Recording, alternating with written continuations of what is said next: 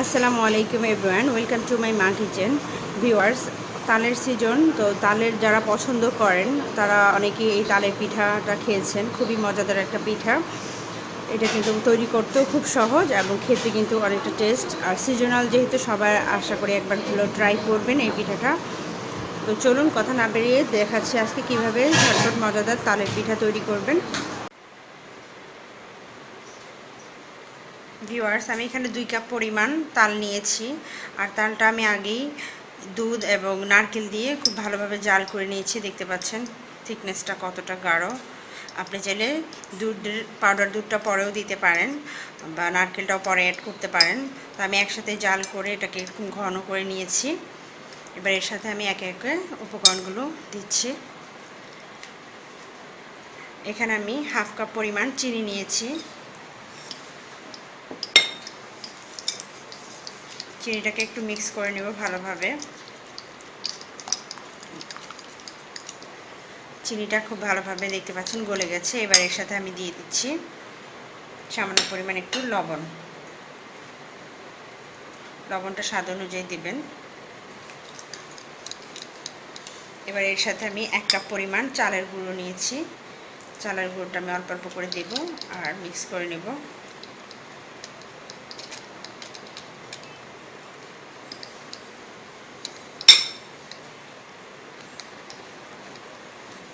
এবার এর সাথে আমি দিয়ে দেব 1/3 কাপ পরিমাণ ময়দা।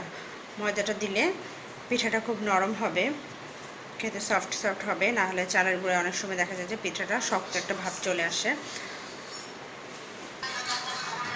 1/2 চা চামচ পরিমাণ বেকিং পাউডার।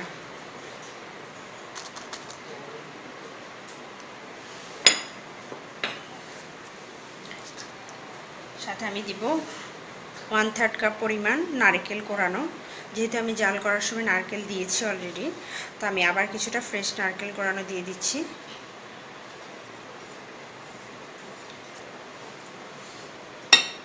এবার এই সবগুলোকে খুব ভালো করে মিক্স করে নিচ্ছি আবার।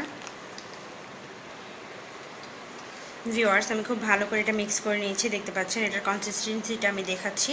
জাস্ট এরকম গাঢ় হবে, যাতে করে আমি হাতে করে পিঠাটা ভাজার সময় দিতে পারি, তেলের মাঝে পড়ে না যায়। খুব পাতলাও হবে না, আবার খুব বেশি গাঢ়ও যাতে না হয়, এরকম একটা কনসিস্টেন্সি থাকতে হবে।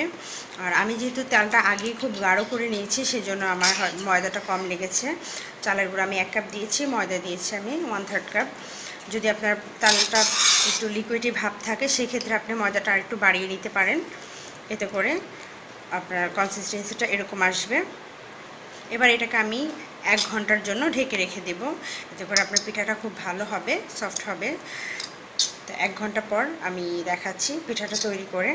আর হাতে যদি সময় না থাকে, তাহলে কমপক্ষে আধা ঘন্টা হলেও এটাকে ঢেকে রাখতে হবে।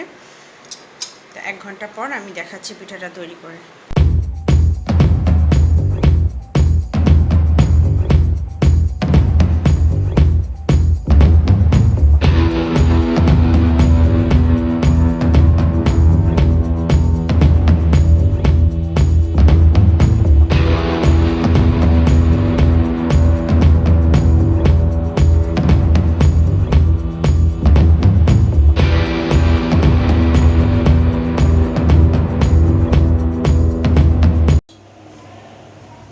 ভিউয়ার্স, আমি কড়াইতে কিছুটা তেল দিয়ে দিয়েছি। তেলটা হালকা একটু গরম হলে এবার পিঠাগুলো দিয়ে দিচ্ছি। ছোট ছোট বল শেপে আমি পিঠাগুলো দেব।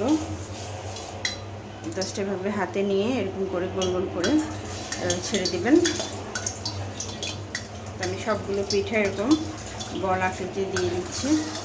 আর চুলার আঁচটা অবশ্যই একদম লো হিটে রাখবেন, নাহলে কিন্তু পিঠাটা উপর থেকে লাল হয়ে যাবে এবং ভিতরটা কাঁচা থেকে যাবে। এভাবে আমি সবগুলো পিঠা দিয়ে নিচ্ছি।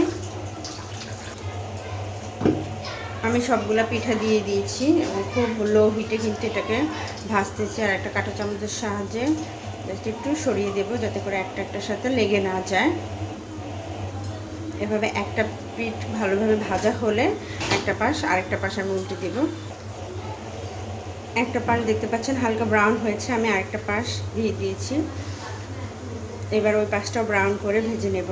অবশ্যই চেক করে নেবেন যাতে করে ভিতরটা কাঁচা না থেকে যায়, তাহলে আরও কিছুক্ষণ লাগলে ভেজে নেবেন।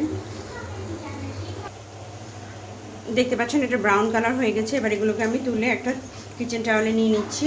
এভাবে আমি সবগুলো পিঠা ভেজে আপনাদের পরিবেশন করে দেখাচ্ছি।